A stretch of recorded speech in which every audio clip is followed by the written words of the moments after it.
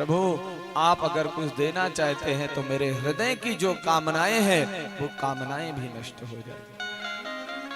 जब इस प्रकार से प्रहलाद जी ने कहा, भगवान अत्यंत प्रसन्न होते हैं और भगवान ने कहा, देखो प्रहलाद जी को, भक्त अगर तुम कुछ मांग नहीं रहे हो लेकिन मैं तुमको प्रदान करता हूं। इस समय तुम्हारे जो पिता हैं वो मृत्यु को प्राप्त कर गए हैं और प्रहलाद जी की अवस्था उस समय 5 वर्ष की थी, ज्यादा बड़े नहीं थे प्रहलाद जी, लेकिन भगवान ने प्रहलाद जी के ऊपर कृपा कर दिया और प्रहलाद जी को कहा कि आप अपने पिता के राज्य सिंहासन पर बैठ जाओ और जो है राजा का जो दायित्व होता है उसका पालन करो।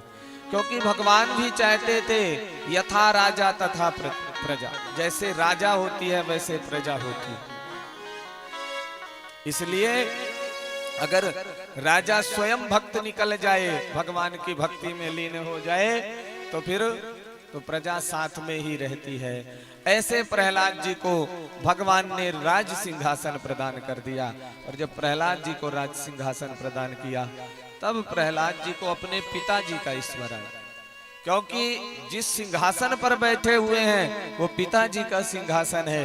इसलिए अब प्रहलाद जी जो है भगवान से कहते हैं कि प्रभु मैं अब आपसे कुछ मांगना चाहता हूँ। भगवान ने कहा कि अभी तक हम कह रहे थे मांग लो तो कुछ मांगा नहीं, अब तुम्हारे अंदर कोई कामना कहां से जागृत हो गई। प्रहलाद जी ने कहा, प्रभु मैं आपसे एक प्रार्थना निवेदन करना चाहता हूं कि आप मेरे पिताजी को जो है, क्योंकि इन्होंने आपका अपमान किया, आपको गालियां दी, आपसे द्वेष किया, इसलिए आपसे प्रार्थना करता हूं कि आप मेरे पिताजी को नरक में मत भेजिएगा, किसी भी प्रकार से उनकी कोई दुर्गति न हो। इस प्रकार से, क्योंकि ये तो राज सिंहासन पे बैठने के बाद जो पुत्र का कर्तव्य होता है उस कर्तव्य का पालन जो है प्रहलाद जी ने किया। भगवान प्रसन्न हो गए। भगवान ने कहा, प्रहलाद जी तुम जैसा भक्त जिस कुल में जन्म ले लेता है तो वो पिता की बात क्या बोले, वो उसका पूरा कुल ही, खानदान ही जो है वो तर जाता है। सप्तभी पिता पुत्र पितृभी सहते नघा यत् साधो गृहस् जातो भवान कुल पावना। तुम जैसा भक्त जिस कुल में उत्पन्न हो जाता है उसका पूरा कुल जो है 3 पीढ़ियां जो है त्रिसप्तभी सात्विक 21 पीढ़ियां जो है उसकी उद्धार हो जाती हैं। इस प्रकार से भगवान प्रहलाद जी को आशीर्वाद दे करके चले गए। इधर जो है प्रहलाद जी अत्यंत प्रसन्नता पूर्वक भगवान से आशीर्वाद प्राप्त करके राज्य सिंहासन पर बैठ करके राज्य करने लग जाते हैं।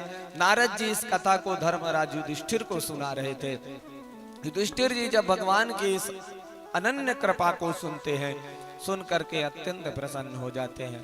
इधर कथा श्री सुखदेव जी महाराज राजा परीक्षित को सुना रहे हैं। परीक्षित भी प्रहलाद जी की इस कथा को सुन करके गदगद हो गए। इधर जो है मैत्रेय मुनि विदुर जी को इस प्रसंग को सुना रहे हैं। विदुर जी भी अत्यंत गदगद हो गए भगवान की इस भक्त वत्सलता को देख करके।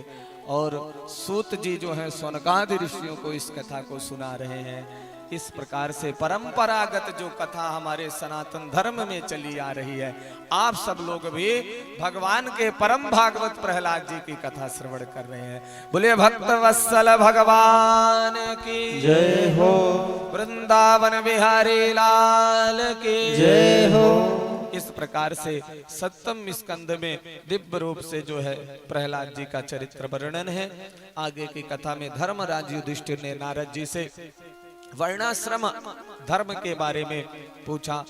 चारों वर्ण आश्रम जो हैं, 4 वर्ण हैं, 4 आश्रम हैं, उनके जो नियम होते हैं, ब्रह्मचारी का नियम क्या है और गृहस्थ आश्रम का क्या नियम है, वानप्रस्थ का क्या नियम है, संन्यास आश्रम का क्या नियम है, इसका सब विधिवत रूप से जो है धर्मराज युधिष्ठिर के सामने नारद जी निवेदन करते हैं। 7वें स्कंद का जो है इधर विश्राम होता है। हम सब लोग जो है 8वें स्कंद में प्रवेश करते हैं। आज जो है कथा चतुर्थ दिवस में है और भगवान की जो हम बाल कृष्ण लीलाओं को भी सुनना चाहते हैं, जन्मोत्सव मनाना चाहते हैं, इसलिए कथा जो है संक्षेप में आप सब लोग श्रवण करेंगे। अष्टम स्कंद में जो है प्रवेश करते हैं और श्री सुखदेव जी महाराज राजा परीक्षित को गजेंद्र मोक्ष की कथा श्रवण कराते। राजा परीक्षित प्रश्न करते हैं, बादरायण तत्ते श्रोतुमीक्षामहे वयम् हरिर्यथा गजपतिं ग्राह्यग्रस्तममुचयत् तत्कथासु महत् पुण्यं धन्यं स्वस्तयनं शुभम् यत्र यत्रोत्तम श्लोको भगवान गीयते हरिः। राजा परीक्षित ने श्री सुखदेव जी महाराज से पूछा, प्रश्न किया, महाराज आप जो है भगवान की उस कथा के बारे में सुनाइए जिस में भगवान हरि का रूप धारण करके, और प्रार्थना तो गजेंद्र ने किया था, पुकारा तो गजेंद्र ने था भगवान को, लेकिन भगवान ने एक साथ ग्रह और गज और ग्राह दोनों का उद्धार कर दिया। इस कथा को आप सुनाइए। सुन करके श्री सुखदेव जी महाराज अत्यंत प्रसन्नता पूर्वक इस कथा को प्रारंभ करते हैं। श्री सुखदेव जी महाराज कहते हैं, असीत गिरिवरो राजन त्रिकूटैत विश्रुतः क्षीरोदेनाव्रतः सीमान् योजनान् युतमुच्छितः।